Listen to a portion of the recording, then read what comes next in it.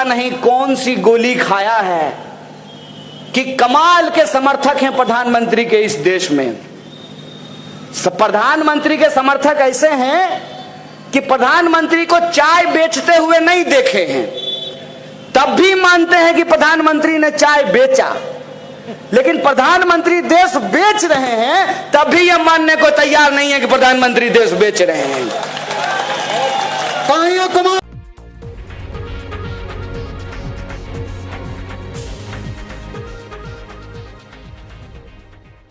क्योंकि तारीफ में इन्होंने इतनी लंबी चौड़ी बात कही, मुझे लगा किसी और की कर रहे होंगे। और एक बात माफ कीजिएगा, मैं भक्त नहीं हूँ, मैं भक्त नहीं हूँ, मैं प्रेमी हूँ। और मैं अपने आप को देश प्रेमी कहता हूँ। देश प्रेमी इसलिए कहता हूँ कि प्रेम में बराबरी होती है। क्या सिपाही जी, पत्नी से प्रेम करते हैं ना, बराबरी होती है ना उसमें। इंस्पेक्टर साहब से प्रेम करते हैं, नहीं करते हैं ना, वहाँ भक्ति होती है, वहाँ ऊंच नीच होता है, प्रेम में बराबरी होती है। इसीलिए मैं भक्त नहीं प्रेमी हूँ। खैर, मेरी आवाज जहाँ तक पहुँच रही है, आप सभी लोगों का, मला मराठी येत नहीं, हिंदी चलेगा ना? मेरी आवाज जहां तक पहुंच रही है, मैं सभी आदरणीय बुजुर्गों का, नौजवान दोस्तों का, माताओं बहनों का और नागपुर के पवित्र भूमि पर निवास करने वाले विदर्भ के इस इलाके के सभी वासियों का, सभी वासिंदों का क्रांतिकारी अभिनंदन करता हूं, आपका इस्तकबाल करता हूं, आपको जय भीम कहता हूं, आपको नमस्कार करता हूं। हमसे पहले माजी मंत्री सुनील केदार जी ने सबका स्वागत कर दिया है। नाम लेने की जरूरत नहीं है, बहुत धन्यवाद आपका।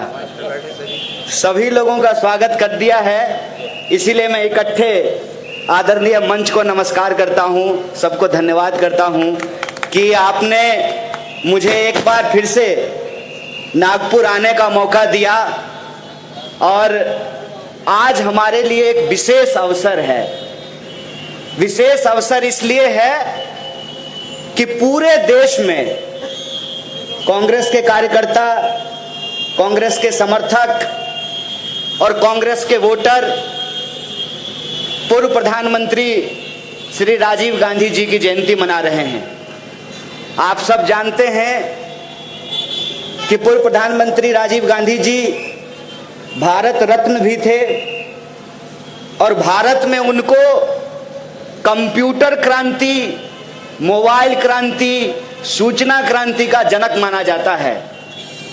इसके अलावे एक और खास चीज जो राजीव जी ने अपने शासन प्रशासन में किया, जिसके बारे में बहुत कम चर्चा होती है, कि उन्होंने पंचायती राज को सुदृढ़ करने का काम किया था। और पंचायती राज के बारे में गांधी जी ने कहा था कि सत्ता का विकेंद्रीकरण होना बहुत जरूरी है। अंग्रेजी में उसको बोलते हैं डिसेंट्रलाइजेशन ऑफ पावर, कि सारी सत्ता जो है वो सिर्फ प्रधानमंत्री के हाथ में नहीं होना चाहिए, जैसा कि आजकल हो गया है। डबल इंजन की सरकार मतलब 4 लोगों का व्यापार, 2 बेच रहा है, 2 खरीद रहा है। तो सत्ता का ऐसा केंद्रीकरण नहीं, सत्ता का विकेंद्रीकरण, कि एक एक मतदाता शासन और प्रशासन में सीधी भागीदारी कर सके, और वो भागीदारी भी सामाजिक न्याय को सुनिश्चित करता हो। इसीलिए महिलाओं के आरक्षण की बात की गई थी। ये भी पूर्व प्रधानमंत्री राजीव जी का एक बहुत बड़ा योगदान है। और आज जब पूरा देश कांग्रेस पार्टी के एक एक कार्यकर्ता राजीव जी की जयंती मना रहे हैं, तो हमको उनके योगदानों को याद करने की जरूरत है। और उनका योगदान हम इसलिए नहीं याद करेंगे कि कांग्रेस पार्टी के नेता खुश हो जाएंगे और हमको एमएलए का टिकट मिल जाएगा, हमको नगर सेवक का टिकट मिल जाएगा। हम किसी नेता को इसलिए याद करते हैं, उसके योगदान को इसलिए याद करते हैं ताकि हम अपनी आने वाली पीढ़ी को बता सकें कि किन मुश्किलों से गुजर करके किस तरीके से हमारा देश, इसको आजादी मिली और आजादी मिलने के बाद एक एक कदम चलते हुए कैसे हमारा देश आज इस मुकाम पर पहुंचा है, इस बात की जानकारी हमारी आने वाली पीढ़ी को रहे। अगर इस बात की जानकारी आने वाली पीढ़ी को नहीं रहेगी तो फिर वो इसका महत्व नहीं समझेंगे। जब ये गाना हम लोग सुनते हैं कि सर कटा सकते हैं लेकिन सर झुका सकते नहीं, अपनी आजादी को हम हरगिज मिटा सकते नहीं, ये जो संकल्प है, इस संकल्प की धार बरकरार रहे, इसकी ताकत बरकरार रहे, इसलिए जरूरी है कि हम अपने नेताओं को याद करें, उन महामानवों को याद करें जिनके योगदान से हमारा देश आज इस मुकाम पर पहुंचा है। आप सब आज जो एक यूनिक यात्रा निकाली गई, टेक्नो यात्रा, टेक्नो झांकी, उसमें शामिल थे। यह शुरू हुआ राजीव जी के पुतले से और बीच में हम लोग बापू को नमन करते हुए, माल्यार्पण करते हुए डॉक्टर बाबा साहब भीमराव अंबेडकर के इस स्थान पर, संविधान चौक पर यह सभा कर रहे हैं। अगर हम इन तीन व्यक्तियों को भी आपस में जोड़ करके देखें तो हमको समझ में आएगा कि हमारा देश, हमारे देश का संविधान, उसका शासन और प्रशासन और हरेक वो दशक जिससे गुजर करके आज हम यहां पहुंचे हैं, यह अपने आप नहीं हो गया है। और खास करके इस बात को याद रखिएगा कि आज जब लोगों के कामों को भुलाने की कोशिश की जा रही है, तब यह और जरूरी हो जाता है कि हम अपने इतिहास को बार बार याद करें। और डॉक्टर बाबा साहब भीमराव अंबेडकर ने भी कहा था कि जो पीढ़ी अपना इतिहास याद नहीं रखती है, इतिहास उसको भुला देता है। इतिहास हम इसलिए याद रखते हैं कि हम जाने कि किस परिस्थितियों से हम गुजर करके आज आए हैं। आज आप देखिए कि राजनीति की क्या संस्कृति बन गई है। अपने नेताओं की चापलूसी करनी है, अपने नेता के खिलाफ एक भी प्रश्न नहीं पूछना है, अपने सरकार का दुष्प्रचार करना है। काम करेंगे 1 रुपया का, बताएंगे उसको 100 रुपया। और राजीव जी एक ऐसे प्रधानमंत्री थे कि वो अपनी ही सरकार की आलोचना करते हुए बोले थे कि हम 1 रुपया दिल्ली से भेजते हैं तो यहीं पे बोले थे, महाराष्ट्र में ही बोले थे, नागपुर में बोले थे। हमको माजी मंत्री नितिन राउत साहब ने करेक्ट किया कि यहीं पे बोले थे कि हम ऊपर से 1 रुपया भेजते हैं, नीचे पहुंचते पहुंचते वो पैसे में तब्दील हो जाता है। अपनी सरकार की आलोचना कौन करता है? और गडकरी साहब तो अपनी सरकार की आलोचना कर भी नहीं रहे थे, बस इच्छा जाहिर किया था कि राजनीति छोड़ देने का मन करता है, उनको छुड़वा दिया है राजनीति। हालत आप देख रहे हैं कि अपनी सरकार तो छोड़ दीजिए, विपक्ष अगर सरकार के ऊपर सवाल पूछना शुरू करे तो क्या क्या होता है। और जब हमारे नेताओं को ईडी बुला रहा था तो दूसरे दल वाले कह रहे थे कि कांग्रेस के लोग बिला वजह हल्ला क्यों कर रहे हैं। हमने कहा भाई साहब, आज हमारी बारी है, कल तुम्हारी बारी आएगी।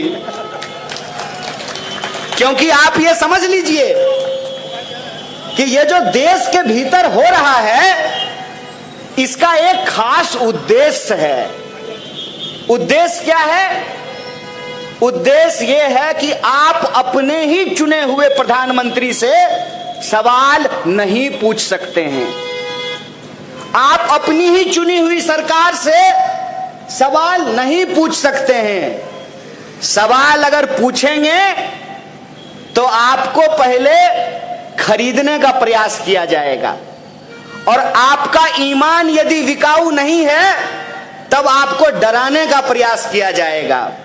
अगर आप डरने वाले भी नहीं हैं तो फिर आपको रास्ते से हटाने का प्रयास किया जाएगा। यह बात आप सब लोग समझ लीजिए। और राजीव गांधी ऐसे व्यक्ति थे अपने ही नेताओं के ऊपर। और मैं बिहार से आता हूं, एक प्रसंग आप लोगों को कहना चाहता हूं। बिहार में दंगा हुआ, बिहार की सरकार और बिहार का शासन प्रशासन नहीं चाहता था कि प्रधानमंत्री जहां दंगा हो रहा है वहां जाएं, वहां लोगों से मिलें। तो जब वो पटना पहुंचे तो प्रशासन ने कहा कि पायलट नहीं है, कैसे जाइएगा। तो राजीव जी ने कहा कि शायद आप भूल गए कि हमको हेलीकॉप्टर भी उड़ाने के लिए आता है, और वो खुद गए। ये बात मैं आप लोगों से इसलिए साझा कर रहा हूं कि हमारी सरकार थी, आज हमारी सरकार नहीं है। आज ये सरकार है, कल ये सरकार नहीं रहेगी, लेकिन देश था, देश है और देश रहेगा। और जब हम देश की बात करते हैं तो हमको देश की राजनीतिक संस्कृति को समझना पड़ेगा। और देश की राजनीतिक संस्कृति ऐसी कभी भी नहीं थी। मैं आप लोगों की जानकारी के लिए बता दूं कि कांग्रेस के शासनकाल में अटल बिहारी वाजपेयी विपक्ष के नेता हुआ करते थे, और भारत का प्रतिनिधि बना करके उनको विदेश भेजा गया था भारत का प्रतिनिधित्व करने के लिए। और क्या आज की हालत है कि सरकार के सबसे परफॉर्मिंग मिनिस्टर हैं नितिन गडकरी साहब, उनको कमेटी से भगा दिया गया है। आज मैं आ रहा था तो एक पत्रकार ने हमको पूछा कि दिल्ली में सीबीआई का रेड हो रहा है। हम बोले नया क्या हो रहा है? अरे आज इसके घर हो रहा है, कल उसके घर हो रहा है। तो बोला ये ठीक हो रहा है। हम बोले ठीक और गलत का तो छोड़िए, हमको तो डर इस बात का है कि आने वाले दिनों में कहीं गडकरी जी के घर में सीबीआई का रेड ना हो जाए। वो तो उसी पार्टी में हैं, उसी पार्टी के मंत्री हैं। और ये बात मैं क्यों बोल रहा हूं? यह बात मैं इसलिए बोल रहा हूं कि हमको चिंता इस बात की नहीं है कि हमारी सरकार है कि नहीं है, हमारी सरकार कब बनेगी नहीं बनेगी, इसके लिए हम परेशान नहीं हैं। परेशान हम इस बात के लिए हैं कि नेहरू जी थे, डॉक्टर बाबा साहब भीमराव अंबेडकर थे, तो नेहरू जी के कैबिनेट में श्यामा प्रसाद मुखर्जी भी थे। नेहरू जी थे, डॉक्टर बाबा साहब भीमराव अंबेडकर थे, संविधान सभा थी, तो एक ऐसा संविधान बना कि मंत्री जी का वोट भी एक है और सामने बैठा जूता सिलने वाला का भी वोट एक है। ये संविधान की ताकत है। अगर ये संविधान की ताकत नहीं होती तो आपको लगता है कि इस देश के जो अरबपति हैं, इस देश के जो खरबपति हैं, इस देश के जो पैसे वाले लोग हैं, वो झुग्गी झोपड़ी में हाथ जोड़ करके वोट मांगने के लिए जाते? ये लोकतंत्र की ताकत थी। ये लोकतंत्र की ताकत थी जिसने हेलीकॉप्टर और ट्रैक्टर को बराबर कर दिया, जिसने मोटा और पतला को बराबर कर दिया, जिसने महिला और पुरुष को बराबर कर दिया, जिसने सिपाही और एसपी को बराबर कर दिया। ये जो संविधान की ताकत है, उस संविधान की ताकत के चलते ही नेहरू जी थे, इसीलिए आज नरेंद्र मोदी देश के प्रधानमंत्री बन पाए हैं। इस बात को याद रखिएगा। और अजीब स्थिति है, जब हम सरकार से सवाल पूछते हैं तो देश के लोगों के हक और अधिकार के बारे में सवाल पूछते हैं। देश के लोगों की जो हालत है, उस हालात के बारे में सवाल पूछते हैं। कैसा नशा किया है भाई साहब, पता नहीं कौन सी गोली खाया है कि कमाल के समर्थक हैं प्रधानमंत्री के इस देश में। प्रधानमंत्री के समर्थक ऐसे हैं कि प्रधानमंत्री को चाय बेचते हुए नहीं देखे हैं, तब भी मानते हैं कि प्रधानमंत्री ने चाय बेचा, लेकिन प्रधानमंत्री देश बेच रहे हैं तब भी यह मानने को तैयार नहीं है कि प्रधानमंत्री देश बेच रहे हैं। कुमार आगे बढ़ो। मैं ये क्यों कह रहा हूं? मैं ये इसलिए कह रहा हूं कि हम इंसान हैं, हमारे पास दिमाग है, हमने शिक्षा ग्रहण की है। तो शिक्षा का क्या उद्देश्य है? शिक्षा का उद्देश्य यह है कि हम मान्यता, परंपरा और विज्ञान सब कुछ समझते हैं। करवा चौथ अगर हो, यहां मैडम बैठी हुई हैं अध्यक्ष जी, करवा चौथ हो तो हम चांद को देखते हैं चलनी से, वो हमारी मान्यता और परंपरा है।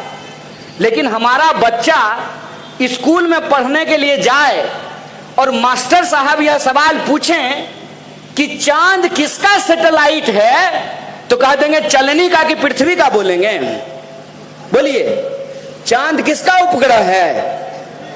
पृथ्वी का है ना। तो विज्ञान और परंपरा का फर्क हम समझते हैं, मान्यता और सच्चाई का फर्क हम समझते हैं। इसीलिए मैं आपसे कहता हूं, भक्ति और प्रेम का फर्क भी समझिए। अगर आप अपने अधिकार को नहीं समझेंगे तो प्रधानमंत्री कब तानाशाह बन जाएगा आपको पता भी नहीं चलेगा, इस बात को याद रखिए। इसीलिए आज देश जिस मोड़ पर खड़ा है, उस मोड़ पर कांग्रेस पार्टी जो देश की सबसे बड़ी विपक्षी पार्टी है, उसकी एक ऐतिहासिक जिम्मेवारी है। और वो ऐतिहासिक जिम्मेवारी ये है कि भले हमको दलीय नुकसान हो जाए, भले हमको बहुत सारा नुकसान उठाना पड़े, सीट का, मंत्री का, एमएलए का, एमएलसी का, लेकिन हमको देश को अपने दल से ऊपर रखना पड़ेगा, इस बात को याद रखिए। और वो परंपरा, जिस परंपरा को, जिस संस्कृति को हमारे पुरखों ने लड़ करके हमको दिलाई है। कोई कहता है कि आजादी भीख में मिली है, कोई कहता है कि आजादी लीज पर है। हम कहते हैं आजादी न भीख पर मिली है न लीज पर मिली है। कितने माओ की मांग की सिंदूर मिट गई, गोद सूनी हो गई, कुर्बानियों का सिलसिला चला। यहीं खड़े हैं हम लोग, पीछे फ्रीडम पार्क है, 100 शहीदों के नाम वहां पे लिखे हुए हैं। लोगों ने अपने सर कटा करके फांसी के फंदे को चूम करके आजादी दिलाई है। कहते हैं ना, जाके पैर न फटे बिवाई, वो का जाने पीर पड़ाई। जो देश की आजादी के लिए लड़े नहीं, देश की आजादी के लिए अपनी जवानी कुर्बान नहीं की, जिनकी माओं के गोद सुनी नहीं हुई, जिनके बहनों की मांग की सिंदूर नहीं धुली, उनको नहीं पता कि आजादी क्या होता है। हम उस संस्कृति से आते हैं। हमको एक बार एक दोस्त ने पूछा कि आजादी में किस तरह के लोग हिस्सा लिए। हम बोले आजादी में 2 तरह के लोग हिस्सा लिए। हम आजादी में भाग लिए और आरएसएस वाले आजादी से भाग लिए। और मैं और से का फर्क तो हम पहले भी बता चुके हैं। जब मैं आ रहा था और हमको हमारे कांग्रेस के कुछ वरिष्ठ नेता फ्रीडम पार्क दिखा रहे थे, तो मेरे मन में वो आजादी वाली बात याद आ रही थी। जब हम आजादी की बात बोलते थे तो यही लोग व्हाट्सएप पे आपसे पूछते होंगे कि किस चीज से आजादी चाहिए, क्यों आजादी चाहिए, देश तो आजाद हो गया है, फिर आपको किस बात की आजादी चाहिए। अरे इसी बात की आजादी चाहिए कि इस देश का नागरिक, इस देश के प्रधानमंत्री के आंख में आंख डाल करके उससे सवाल पूछे, इसी बात की आजादी चाहिए। आजादी कोई भीख है, आजादी कोई वरदान है। आजादी कुर्बानियों से हासिल की हुई चीज है।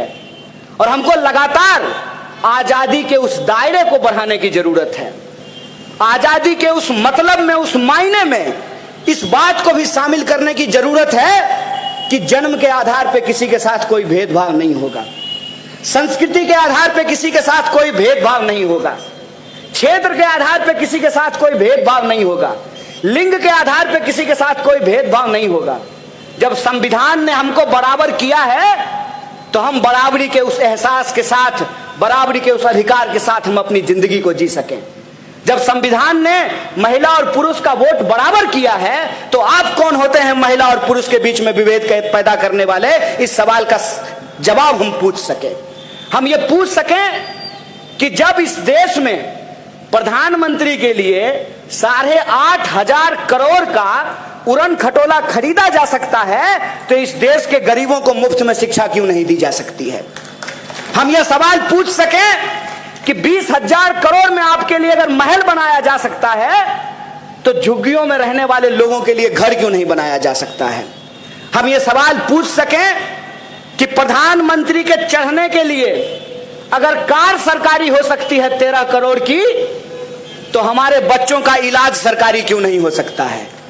ये जो देश की समझदारी है, उस समझदारी को, आजादी के उस एहसास को एक आजाद नागरिक की तरह आजाद देश में उस आजादी को सेलिब्रेट करना चाहते हैं। इसीलिए हमने कहा था देश से नहीं, देश में आजादी की बात करते हैं। और इसीलिए मैं कहता हूं कि हम देश की आजादी में भाग लिए थे और वो देश की आजादी से भाग लिए थे, इस बात को याद रखिएगा। और मैं नागपुर के लोगों को विशेष धन्यवाद देना चाहता हूं। नागपुर के वो नौजवान जिन्होंने एक दिन ठाना और मुख्यालय पे जाकर के झंडा फहरा दिया, और आज हालत देखिए कि हर कार्यालय पे झंडा फहराया जा रहा है। आप लोग विशेष धन्यवाद के पात्र हैं जो कहते थे 3 तिगारा काम बिगाड़ा, तिरंगा झंडा नहीं कहते थे मानेंगे, कहते थे ये जो 3 रंग होता है हमारी मान्यता के हिसाब से अशुभ होता था। आज वही लोग जो एक रंग आपके ऊपर थोपना चाहते थे, आपके बहुरंग को स्वीकार कर लिया है। इसके लिए हम आपको बधाई देना चाहते हैं, आपको धन्यवाद करना चाहते हैं। इसीलिए हमारी जो लड़ाई है वह लड़ाई महज कुर्सी की लड़ाई नहीं है, वह लड़ाई महज सत्ता की लड़ाई नहीं है। हम बार बार जिस भी जलसे में जाते हैं, जिस भी गैदरिंग में जाते हैं, जिस भी मंच पे जाते हैं, हम इस देश के लोगों को यही कहते हैं कि आज के समय में यह लड़ाई 2 सोच के बीच बन गई है। एक वो लोग हैं जो देश को बेचना चाहते हैं, आप वो लोग बन जाइए जो देश को बचाना चाहते हैं। बचाना चाहते हैं कि नहीं चाहते हैं? चाहते हैं ना? तो पूरे आत्मविश्वास से सत्य और सत्ता की इस लड़ाई में सत्य का दामन थामिए और इस बात को याद रखिए, आपकी संख्या कितनी भी कम क्यों ना हो, चाय की दुकान पर, व्हाट्सएप ग्रुप में, ऑफिस में, बस में, ट्रेन में, खेत में, खलिहान में एक अकेला सच अगर खड़ा हो जाए तो 100 संगी गीदड़ भाग खड़े होंगे। इस बात को याद रखिएगा, सच के साथ खड़े रहिए। आजकल कई बार लोग झूठ का सहारा लेकर के शेर बनने की कोशिश करते हैं, तो मैं उनको कहता हूं, अव्वल तो ये कि शेर जो है वो 2 ही जगह रहता है, या तो चिड़ियाघर में या जंगल में। शेर जो है वो प्रधानमंत्री आवास में नहीं रहता है, या तो जंगल में रहता है या चिड़ियाघर में रहता है। और कई बार लोग क्या करते हैं ना, घर में जो पेट पालते हैं, कुत्ता लोग पालते हैं ना, तो प्यार से उसको भी शेरू कहना शुरू कर देते हैं, नहीं कहते हैं? तो कुत्ता को शेरू शेरू कहेंगे तो वो शेर हो जाएगा, और आम के पेड़ के नीचे खड़ा होकर उसको कटहल कटहल कहेंगे, कटहल हो जाएगा। तो कांग्रेस के कार्यकर्ताओं को कोई कहेगा कि ये भ्रष्ट है, चोर है, तो भ्रष्ट हो जाएगा। कांग्रेस की परंपरा इस देश के भीतर आजादी की परंपरा है, इस बात को याद रखिएगा। कांग्रेस की परंपरा इस देश में अंग्रेजों को मार भगाने की परंपरा है, इस बात को याद रखिएगा। कांग्रेस की परंपरा गुलामी के खिलाफ सबकी बराबरी की परंपरा है, इस बात को याद रखिएगा। और आजादी के आंदोलन के जितने प्रतीक हैं वो सारा प्रतीक हमारा है, इस बात को याद रखिएगा। DD1 पर एक धारावाहिक चलता था, भारत एक खोज, और भारत एक खोज के एक एपिसोड में नेहरू जी का एक क्लिप दिखाया गया है।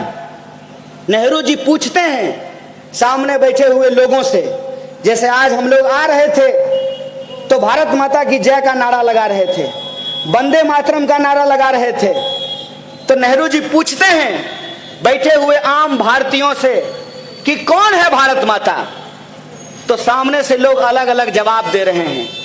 कोई कह रहा है कि खेत और खलिहान है भारत माता, कोई कह रहा है कि नदी और पहाड़ है भारत माता। तो नेहरू जी कहते हैं कि ना खेत और खलिहान, नदी और पहाड़, बल्कि आप सब लोग जो इस देश के लोग हैं वही है भारत माता।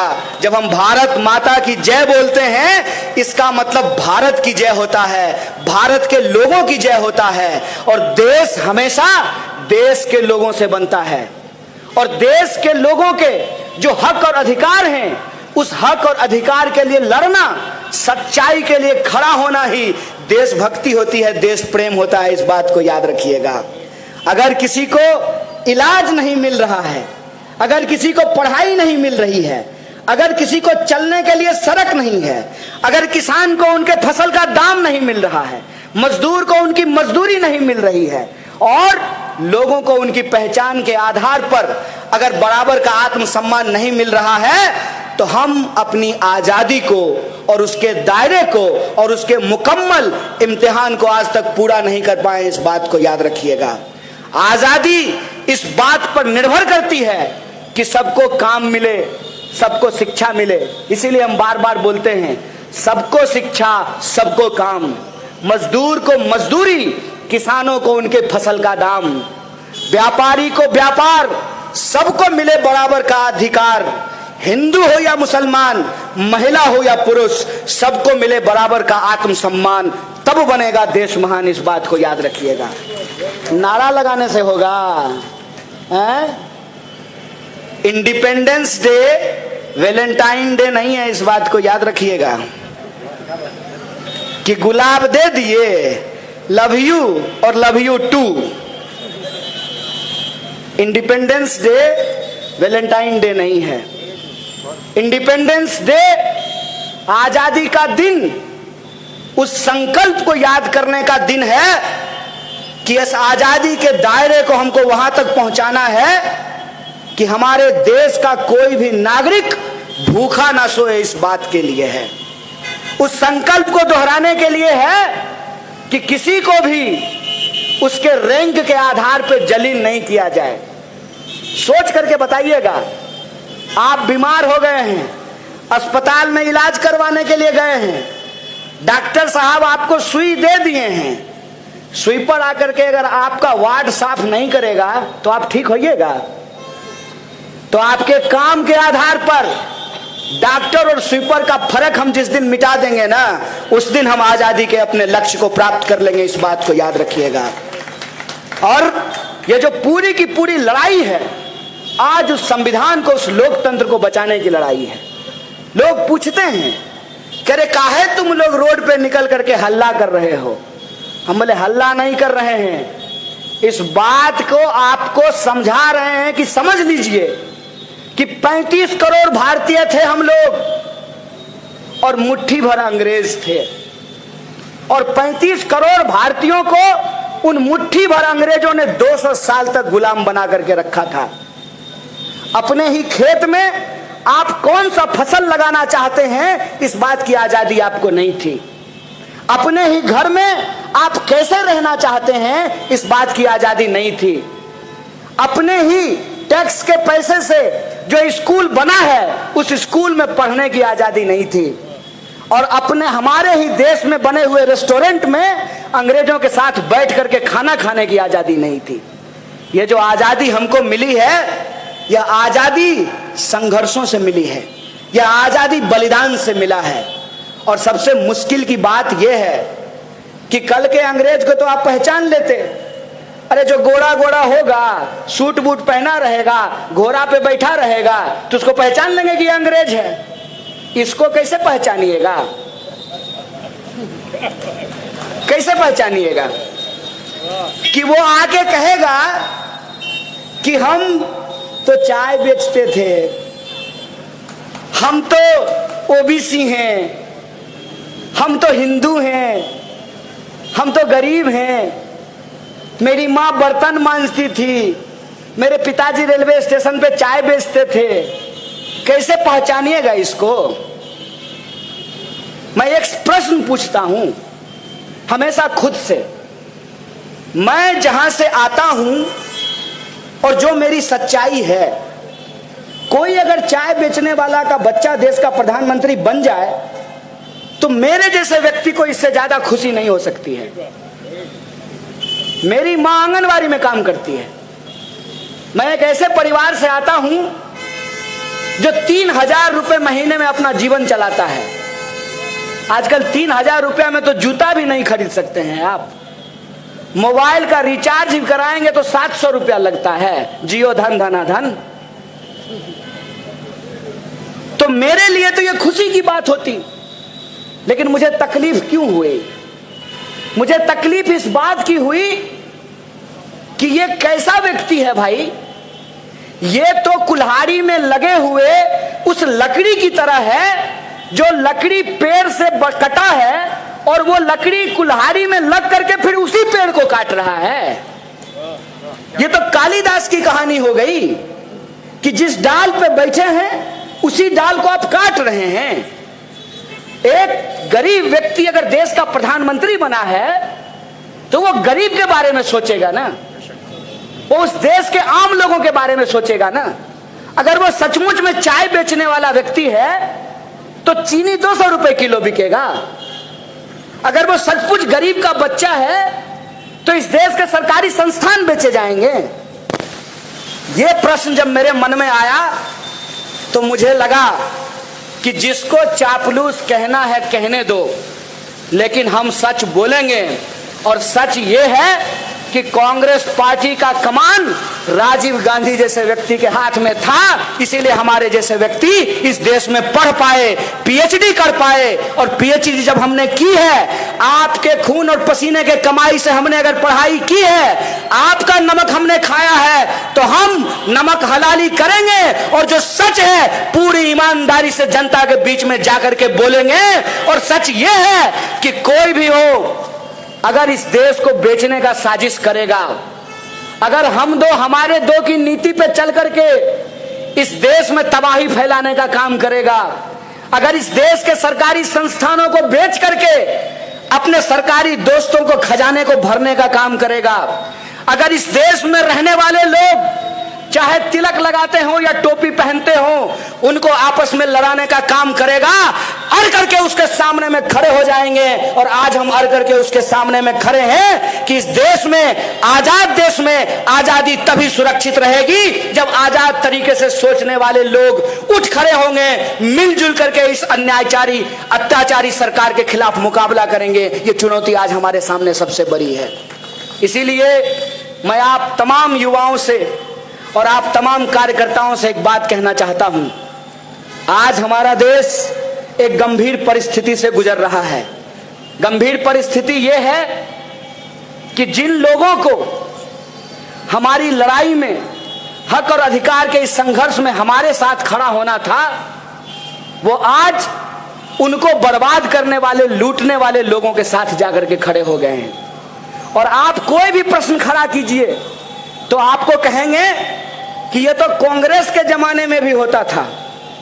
कांग्रेस के जमाने में ये होता था कि बलात्कारी को संस्कारी बताया जाए। बोलिए, ज्यादा पुरानी बात नहीं है।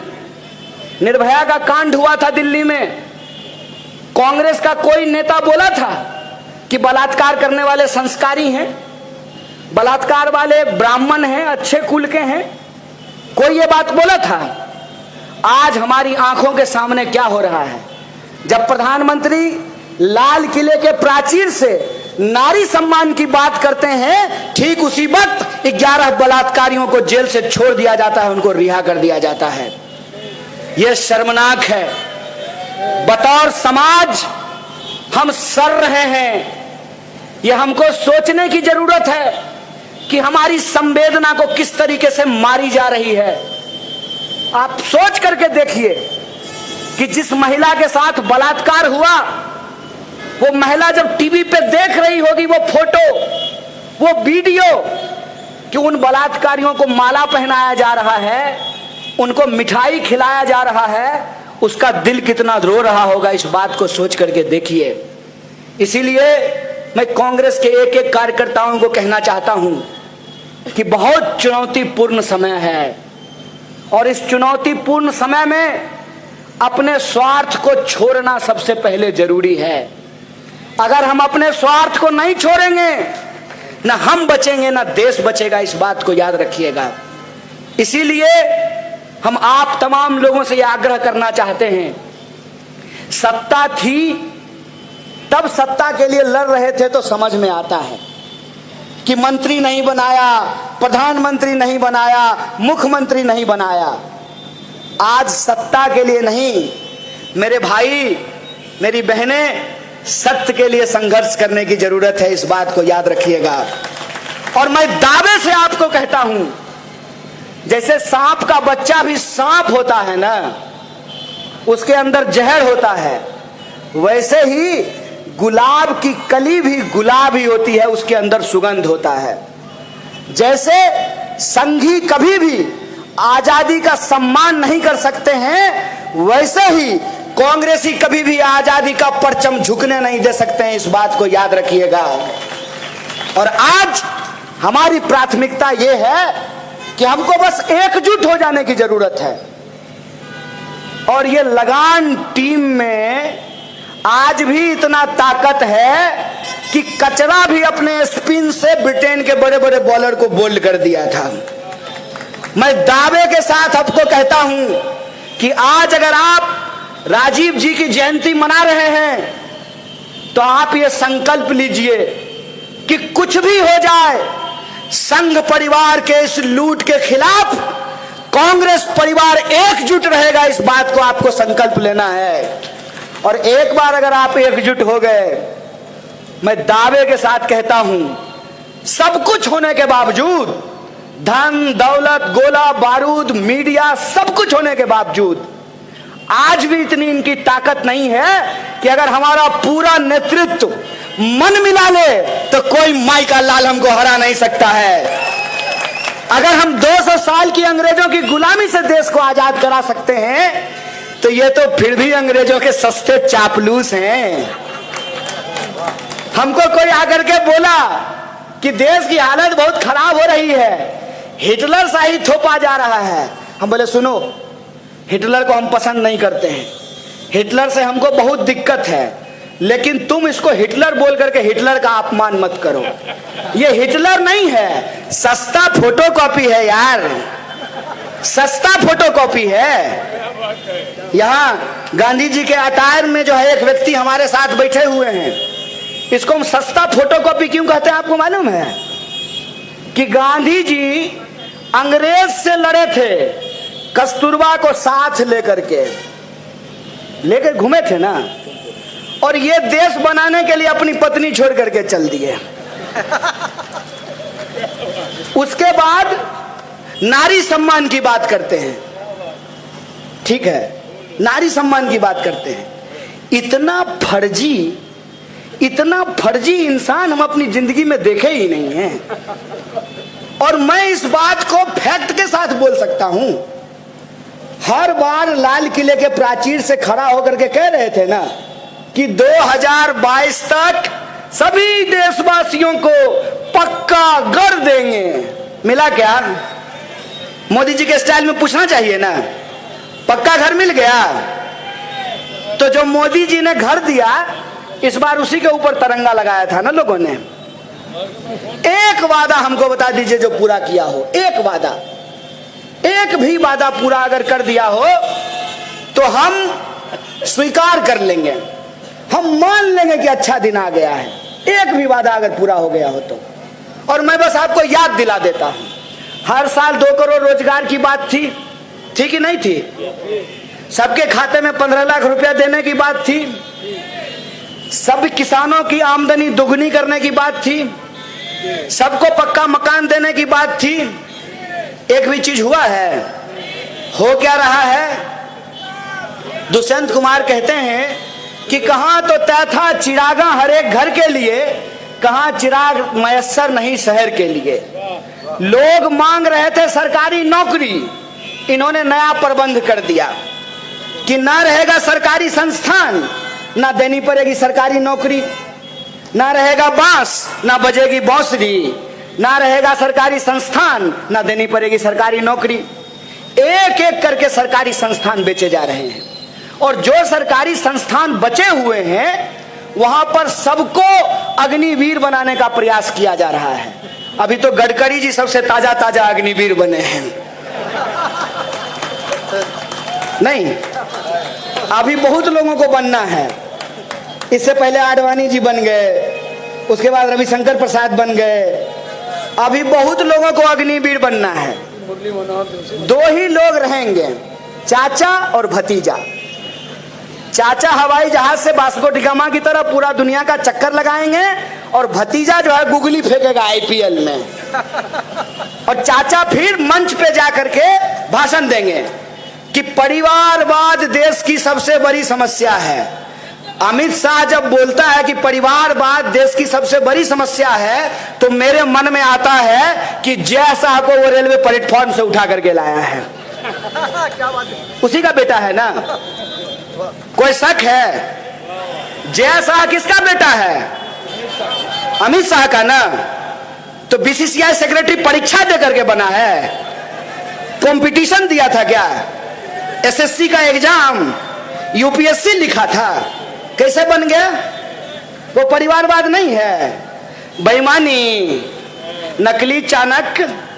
हम बिहार से हैं, असली चाणक्य वहां पैदा हुए थे। देखे बिहार में क्या हुआ? देखे महाराष्ट्र का बदला नितिन साहब हम लोग एकदम भिजा के ले लिए। चाणक्य वो परिवारवाद नहीं है। अनुराग ठाकुर यूपीएससी किया था, उसका बाप नेता नहीं है। और ये जो कर्नाटक का मुख्यमंत्री है, उसका बाप नेता नहीं था।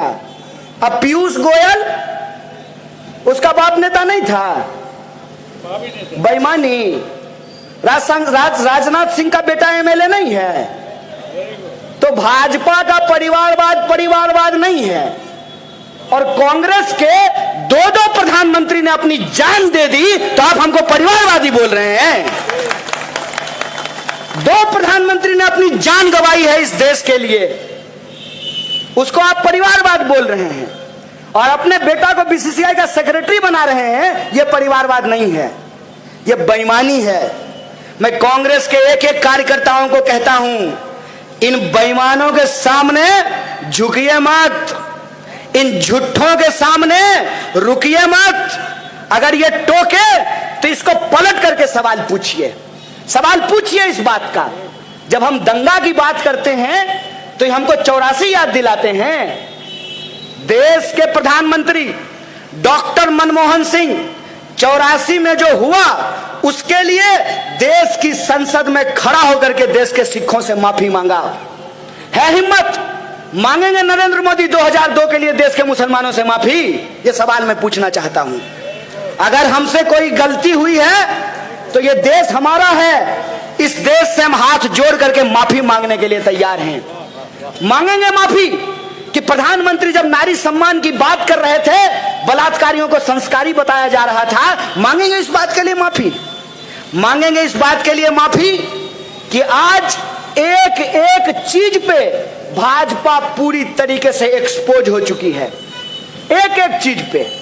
अरे आप हमको हरा दिए साहब, 15 साल से नागपुर में हम नहीं हैं। पूछिए अपने नागपुर के बासिंदों से कि बन गई सड़क, हो गया सारे समस्या का समाधान, हो गए आपके सारे तकलीफ दूर। आपने कांग्रेस को अपने दिल से दूर किया। याद रखिएगा, अपना अपना होता है, अपना अपना होता है। कांग्रेस इस देश की पार्टी नहीं है, इस देश का इतिहास है, वर्तमान है, भविष्य है। इस बात को याद रखिएगा, क्योंकि इस देश में जो हमको जिम्मेवारी दी है, उस जिम्मेवारी को निभाते हुए हमने कुछ सही किया, कुछ गलत किया, इस बात को हम स्वीकार करते हैं। लेकिन हमको गाली देके, हमको बदनाम करके, हमारे बारे में झूठ बोल करके आपने जिनको अपना आशीर्वाद दिया, वो तो देश ही नहीं रहने देंगे। इस बात को याद रखिएगा। आज जिस तरीके से एक एक चीज का कत्लेआम किया जा रहा है, वो अपने आप में एक बहुत बड़ा प्रश्न चिन्ह खड़ा करता है। मीडिया के लोग यहां बैठे हुए हैं, सवाल पूछते थे ना मनमोहन सिंह से? नहीं पूछते थे। हवाई जहाज में बैठ करके प्रेस कॉन्फ्रेंस करते थे। सवाल आप हवाई जहाज में बैठ करके प्रधानमंत्री से पूछते थे, जो मन होता था वो करते थे। जब इंदिरा जी ने आपातकाल लगाया था, तो पत्रकारों ने उसके विरोध में संपादकीय पेज को खाली छोड़ दिया था। है हिम्मत आज? पूछिएगा सवाल पूछिएगा ना, तो आपके भी दफ्तर पर ईडी का रेड होगा। इस बात को याद रखिएगा। सवाल पूछिएगा ना, तो आपका भी फोटो, मूरी आपका लगा देगा और देह किसी और का लगा देगा। सर आपका और तन किसी और का, आपको भी बदनाम किया जाएगा, आपको भी धमकी भरे पत्र लिखे जाएंगे, आपके भी परिवार के लोगों को परेशान किया जाएगा, आपको भी सोशल मीडिया पे गालियां निकाली जाएगी। और प्रधानमंत्री ने आज तक एक भी प्रेस कॉन्फ्रेंस किया है? कहते थे मनमोहन सिंह मौन मोहन सिंह हैं, यही बोलते थे ना। और ये हर दिन जो रेडियो पे जाकर के मन की बात करते हैं, पत्रकारों से आकर के देश की बात क्यों नहीं करते हैं? ये सवाल इनसे पूछना चाहिए कि नहीं पूछना चाहिए? है हिम्मत? करेंगे प्रेस कॉन्फ्रेंस। किसको देते हैं बाइट? अक्षय कुमार को। और अक्षय कुमार क्या पूछता है? प्रधानमंत्री जी आप आम काट करके खाते हैं कि चूस करके खाते हैं? खाते कहाँ है? निगल जाते हैं। खुल जा सिमसिम बोलते हैं और शाम आम सीधे थाली से उठ करके उनके पेट में चला जाता है। बताइए, देश के प्रधानमंत्री से इस सवाल का क्या मतलब है कि आप आम कैसे खाते हैं? अरे आपको जैसे मन हो वैसे खाइए। आप इस सवाल का जवाब दीजिए ना कि आरबीआई कह रही है कि अगर बैंकों को इसी तरह से निजीकरण किया गया तो देश को इसके परिणाम खतरनाक भुगतने पड़ेंगे। आरबीआई अपना रिपोर्ट जारी कर दी, फिर सरकार का दबाव आया और आरबीआई ने अपना रिपोर्ट वापस ले लिया। इसीलिए आज हमारे कांग्रेस पार्टी के नेता ने कहा कि आरबीआई का मतलब पहले होता था रिजर्व बैंक ऑफ इंडिया, अब हो गया है रिवर्स बैंक ऑफ इंडिया। और जो लोग विरोध करते हैं उनको पद से हटा दिया जाता है। आरबीआई ने कहा कि नोटबंदी का फैसला हमारा नहीं था। आरबीआई ने कहा कि नोटबंदी अगर होगी तो अर्थव्यवस्था को इसको गंभीर परिणाम भुगतने पड़ेंगे। और तब रात को आए अचानक से और कहा कि आज से 500 और 1000 का नोट बंद हो गया। दावे क्या किए गए कि इससे आतंकवाद की घटना रुक जाएगी, नक्सलवाद की घटना रुक जाएगी, काला धन वापस आ जाएगा। तो पहला सवाल कि नोटबंदी हो गई, आतंकवाद की घटना रुक जानी चाहिए थी, तो पुलवामा करने के लिए इनका चचा लोग आया था। कौन था? देश में नक्सलवाद की घटना कैसे हो रही है? और काला धन अगर वापस आ गया है तो आपके खाते में 15 लाख रुपया पहुंच जाना चाहिए था ना। ये बोले कि काला धन स्विस बैंक में जमा है, काला धन स्विस बैंक में जमा है और लाइन लग गया है एसबीआई के बाहर, स्टेट बैंक ऑफ इंडिया के बाहर। नोटबंदी के दौरान सैकड़ों लोगों की जान चली गई। जो छोटे छोटे व्यापारी हैं, जो नगद का धंधा करते हैं, उनका धंधा तबाह हो गया। उसके बाद जीएसटी लेकर के आए, क्या बोल करके कि 1 नेशन 1 टैक्स होगा। सुनने में कितना बढ़िया लगता है। वन नेशन वन टैक्स होगा। अगर वन नेशन वन टैक्स है तो महाराष्ट्र में डीजल का अलग दाम और बिहार में डीजल का अलग दाम क्यों है कि नहीं है? क्यों अलग अलग दाम है? तब कहते हैं कि कच्चे तेल की कीमत बढ़ गई है, इसीलिए पेट्रोल और डीजल महंगा हो गया है। तो अभी कच्चे तेल की कीमत घट गई है तो पेट्रोल और डीजल सस्ता हुआ है क्या? जब कच्चे तेल की कीमत घटती है तब यह कीमत नहीं घटाते हैं, लेकिन कच्चे तेल की कीमत अगर बढ़ गई है तो उसके आधार पर यह महंगाई को डिफेंड करते हैं। एक भाजपा का समर्थक महंगाई को ऐसे डिफेंड कर रहा था, हमने कहा कि रे भाई तुम अपना वाला चश्मा हमको दे दो, तुम्हारा चश्मा लगा देते हैं तो हमको महंगाई भी अच्छा लगने लगेगा। आज से पहले देश के इतिहास में ऐसा कब हुआ था कि महंगाई के फायदे गिनाए गए थे? ऐसा हुआ था क्या? जब रुपए ऐतिहासिक तौर पर डॉलर के मुकाबले सबसे निचले स्तर पे चला गया है तो एक बिका हुआ पत्रकार टीवी पे आकर के कह रहा था कि देखिए रुपया कमजोर हो गया है, इसका क्या क्या फायदा है। इसका फायदा यह है कि भारत के बाहर जो रहने वाले लोग हैं वो डॉलर में पैसा कमाते हैं, तो वो वहां अगर $1 कमाएंगे तो उनको 100 रुपया हो गए। हम बोले ये प्रचंड मूर्ख है कि भारत से बाहर भारत के कितने लोग रहते हैं, भारत के भीतर भारत के लोग ज्यादा रहते हैं ना।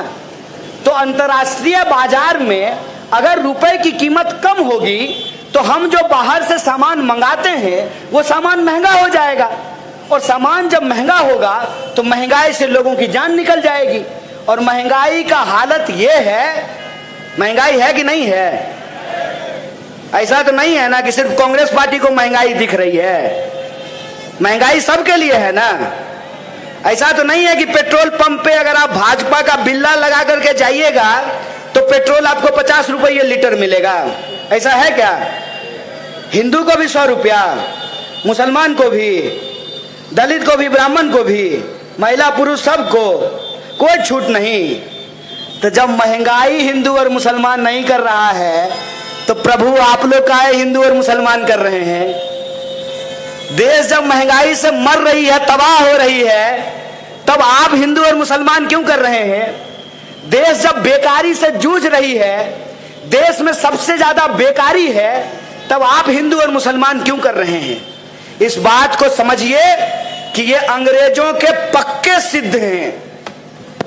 जैसे होता है ना गुरु जी का पक्का चेला, कि अंग्रेज से ये एकदम पक्का नुस्खा सीखे हैं। एकदम हकीम साहब का पुड़िया नहीं होता है चूरन, वो एकदम चूरन खाए हैं बराबर। कि अंग्रेज जैसे देश को डिवाइड एंड रूल करते थे, हिंदू मुसलमान बोल करके लड़ाते थे, और हम 35 करोड़ भारतीयों के ऊपर राज करते थे।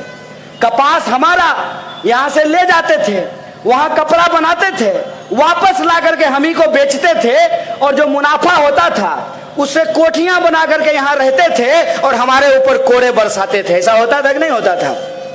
यही अब हो रहा है हमारे साथ। बीएसएनएल याद है? धीरे धीरे इतिहास होने वाला है। बीएसएनएल को क्या कहा जाता था? भाई साहब नहीं लगेगा। जियो धन धना करके मजा आ रहा है ना। पहला बार जब जियो आया तो फ्री था, तो लोग ही प्रचार कर रहे थे, पूछते थे कि कौन सा सिम यूज करते हो, तो कह दिए एयरटेल या बीएसएनएल। कहता था भारी बेवकूफ आदमी हो, जियो क्यों नहीं ले लेते हो, फ्री में मिल रहा है। हम कहते थे रे भाई, बड़े बुजुर्ग कहते थे कि फ्री का सामान बहुत खतरनाक होता है। फ्री में जियो मिल रहा है क्या सिपाही जी? फ्री में जियो मिल रहा है अब, पहले मिला था ना। क्यों मिला था? इसीलिए मिला था कि जब बीएसएनएल नहीं रहेगा ना तो अभी 700 रुपया दे रहे हैं, कल को 7,000 रुपया भी अगर मांगेगा ना अंबानी तो आपको देना पड़ेगा। इस बात को याद रखिएगा। सरकारी संस्थान इसलिए होते हैं कि निजी संस्थान उसके मुकाबले बेतहाशा मूल्य वृद्धि ना कर सकें।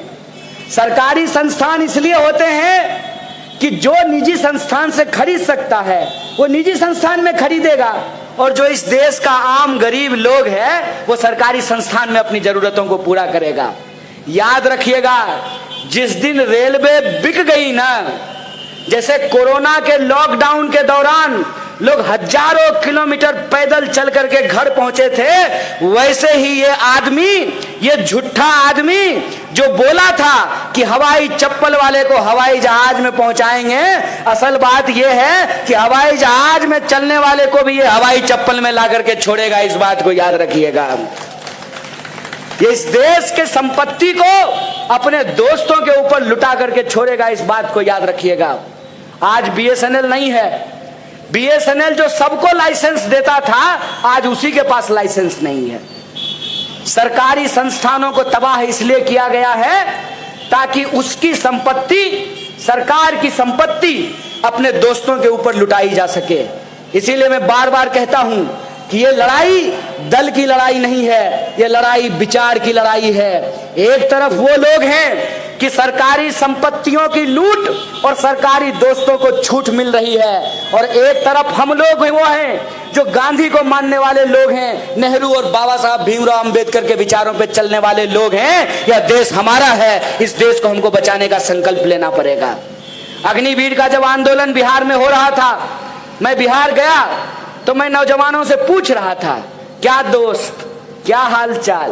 बोला भैया गलती हो गया। क्या गलती हो गया? बोला आपको हम जब कहते थे ना तो हमको बुरा लगता था। बोले क्या बुरा लगता था?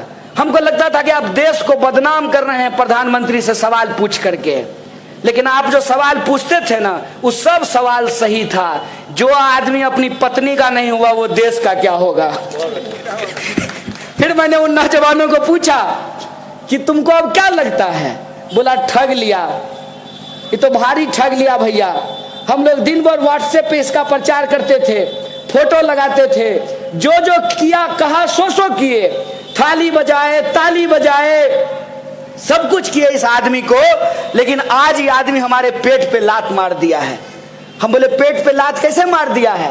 बोला बताइए भैया ये कोई बात होती है कि प्रधानमंत्री बनेगा 5 साल के लिए और हमको नौकरी मिलेगी 4 साल के लिए? हम बोले समझ में आ रहा है सिपाही जी, देख लीजिए आपकी भी बारी आएगी, आप भी 4 साल के लिए नौकरी लीजिएगा। नौजवान सब जब रोड पे निकलता है ना अपने रोजगार मांगने के लिए, अपने महंगाई के खिलाफ, देश में हक और अधिकार के लिए, तो उसको डंडा मत मारिए, क्योंकि उसको डंडा मारिएगा ना, अगर वो लड़ने का हिम्मत छोड़ देगा ना तो आपका पेंशन कल को बंद हो जाएगा, तो आपके लिए कोई लड़ने वाला नहीं रहेगा। और ये किसी को नहीं छोड़ने वाला है।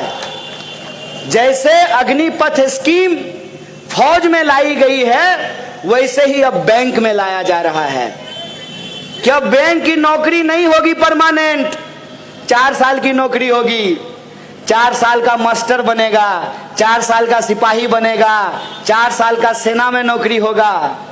ये बेईमानी को समझिए, ये इस देश को सेल पे लगा दिए हैं। इसीलिए आप सबसे आग्रह करना चाहते हैं कि एक चुनौतीपूर्ण स्थिति में हम लोग फंसे हुए हैं। एक तरफ हमको अपनी जिंदगी की जो रोज की जद्दोजहद है उससे भी जूझना है। विद्यार्थी को पढ़ना है, किसान को खेती करनी है, मजदूर को मजदूरी करनी है, पत्रकार को पत्रकारिता करना है, बिजनेस करने वाले लोगों को दुकान चलाना है, महिलाओं को घर भी संभालना है, नौकरी भी करनी है। एक तरफ हमारी जिंदगी की अपनी जद्दोजहद है, दूसरी तरफ हमारा देश है, और उस देश की जो हालत है उस हालत से भी हमको देश को निकालना है। इस दोहरी लड़ाई को, इस दोहरी चुनौती को हमको स्वीकार करना पड़ेगा। और ये दोहरी चुनौती हम इसलिए स्वीकार करें कि हमारे लिए कोई लड़ा था। अरे भगत सिंह बहुत स्मार्ट आदमी थे, भगत सिंह बहुत स्मार्ट आदमी थे, कॉलेज के टॉपर थे, उनको भी बहुत लड़की पसंद करती होगी। बढ़िया अंग्रेजी बोल करके बढ़िया नौकरी लेते और बढ़िया शादी करके जो है लंदन में सेटल हो सकते थे, लेकिन वो फांसी के फंदे को चूम लिए, देश की आजादी के लिए अपनी जान को न्यौछावर कर दिया। इस बात को याद रखिएगा कि आजाद देश में हम आजाद तरीके से सांस इसलिए ले पा रहे हैं कि किसी ने हमारे लिए अपनी जान को कुर्बान की है।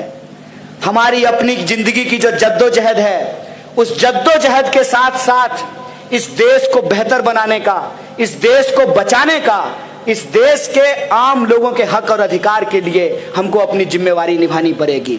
ठीक उसी तरह से कि बाप दादा आम का पेड़ लगाए तो उसका फल हम खाए। हम अगर पेड़ को नहीं बचाएंगे तो हमारी आने वाली पीढ़ी को आम नसीब होगा?